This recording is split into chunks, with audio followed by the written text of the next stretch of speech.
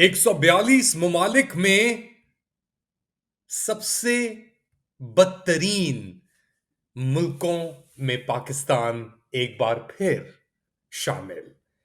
इस वक्त जब इमरान खान को एक और भोंगे केस के अंदर जमानत दे दी गई, लेकिन वो अभी तक जेल में मौजूद है।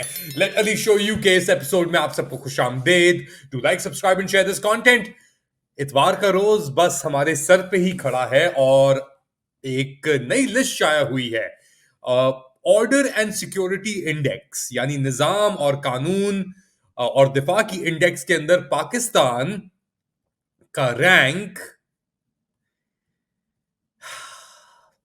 जी 140वें नंबर के ऊपर, सिर्फ माली और नाइजीरिया से ऊपर पाकिस्तान।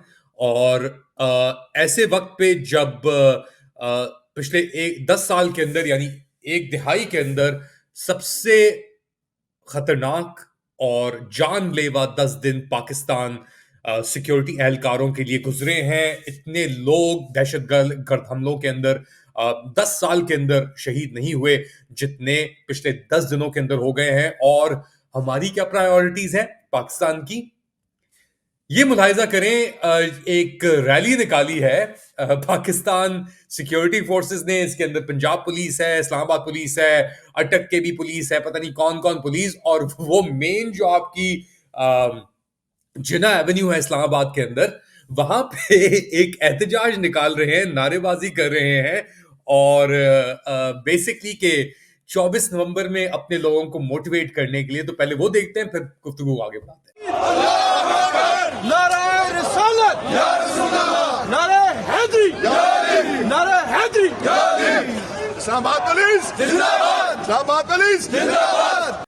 तो ये थे आपके पुलिस एहलकार और सिक्योरिटी एहलकार, जिसके अंदर रेंजर्स भी थे और लोग भी थे। और ये कह रहे हैं हम नहीं छोड़ेंगे, अल्लाह हमारे साथ है, हम इन फितनों को मार के रहेंगे। भाई भाई होश के नाखून, सही है। ये सब ड्रामेबाजियां खत्म हो चुकी हैं। अब हर चीज ने आपको नंगा कर दिया है। टीटीपी ने तुम्हारे लोगों को, हमारे लोगों को नंगा किया। केपीके के अंदर सर कलम करने की वीडियोज आ रही हैं लोगों की। लोग आपके जो शहीद फौजी हैं उनको खच्चरों के ऊपर ट्रांसपोर्ट किया जा रहा है तिरा में, क्योंकि हेलीकॉप्टर वो कह रहे हैं कि ऊपर जाएंगे तो फिर वो अटैक हो सकते हैं। तो ये हाल है आपके इस वक्त मुल्क के। और आपके जो आर्मी चीफ हैं वो अमीरुल मोमिनीन बने हुए हैं, हाफिजुल वक्त। और हाफिजुल वक्त क्या भाषण दे रहा है?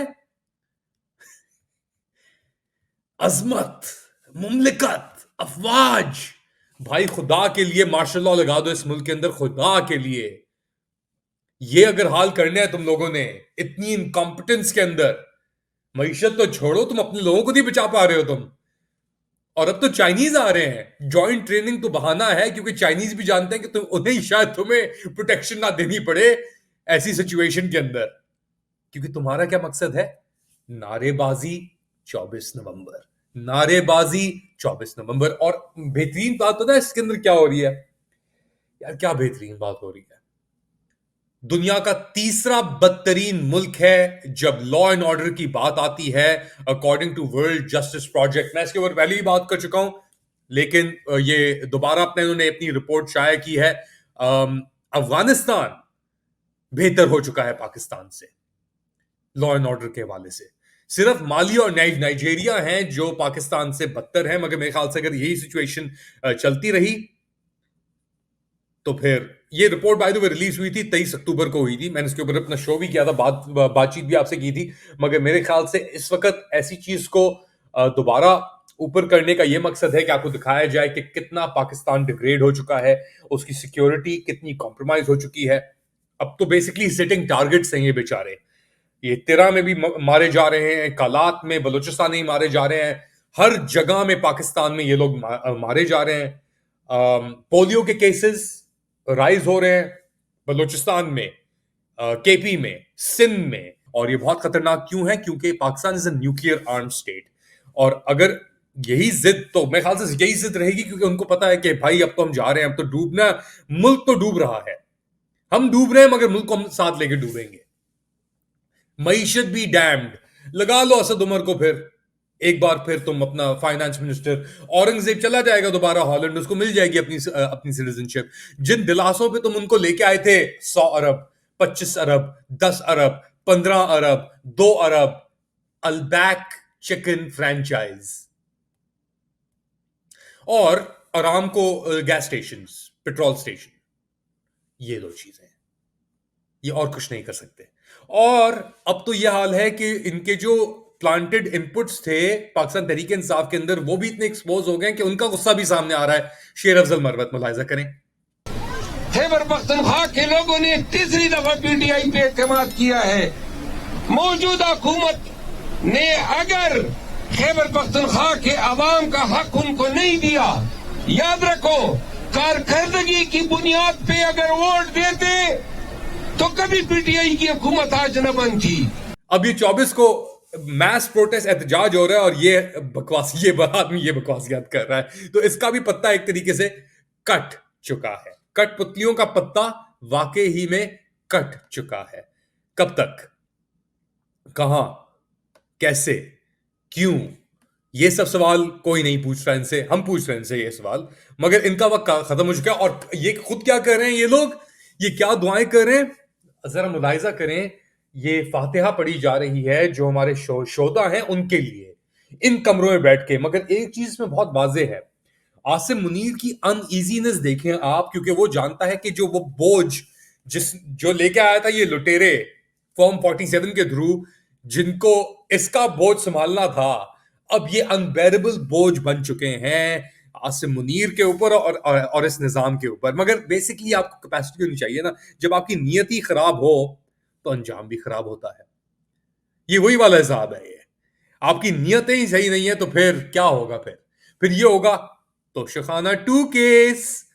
पहले मुलाहिजा करते हैं अलीमा खान की सरप्राइज। मगर एक बात याद रखें कि बेल मिलना even on such a critical case कि कोई मायने नहीं है जब तक उसका ऑन द ग्राउंड कोई इंपैक्ट ना हो। ये डिसेप्शन और टाइम बाइंग पहले भी हम देख चुके हैं। मगर पहले मुलाहिजा करें अलीमा खान को। अभी असल में मुझे यकीन आ नहीं रहा है क्योंकि मैं 10 दफ़ा पूछा है कि ये हो सकता है कि ये हुआ है कि नहीं हुआ, कि क्या आया, क्योंकि हमें इतनी आदत हो गई है कि एक केस से निकालते हैं इमरान खान के ऊपर, अगला केस डाल देते हैं। तो असल में मुझे यकीन अभी भी नहीं आ रहा कि मुझे लगता है कि शाम तक कोई और केस बनाकर उनके 100 केसेस और पड़े, 10 केसेस और पड़े होंगे। कि जो मेरी अपने क्लाइंट से मुलाकात कल के दिन हुई, इस वक्त ये आखिरी केस था सरकार के पास।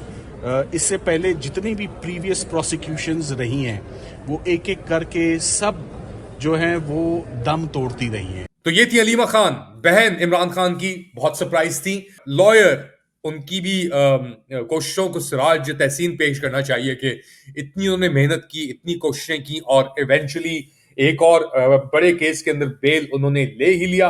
अब 24 नवंबर की क्या तैयारी है उसको भी सुन लेते हैं शेख वकास अकरम की जुबानी। 24 की कॉल वैसे ही है जैसे थी।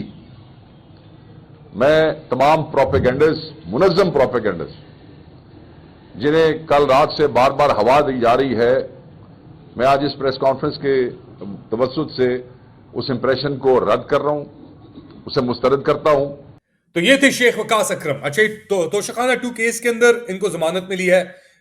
ये मियां गुल हसन मंदोखेल साहब ने दी है कि बेसिकली मियां गुल हसन वो 6 जजेस में थे जिन्होंने IHC इस्लामाबाद हाई कोर्ट के अंदर लेटर भी लिखा था। मगर अब तो आप कोर्ट्स का हाल जानते हैं और औकात जानते हैं क्या है, ये क्या हो रहा है, क्यों हो रहा है और कब तक चलेगा। क्या समझते हैं आप? 24 फाइनल कॉल, इमरान खान निकलेगा उससे बाहर, पहले, बाद में या कभी नहीं? आसिम मुनीर क्या सोच रहा है? दुआएं तो बड़ी चल रही हैं मगर उनका कोई जवाब आगे से नहीं आ रहा। बताएं मुझे कमेंट सेक्शन के अंदर। Do like, subscribe and share this content. अपना ख्याल रखिएगा। अगली बार तक अल्लाह हाफिज।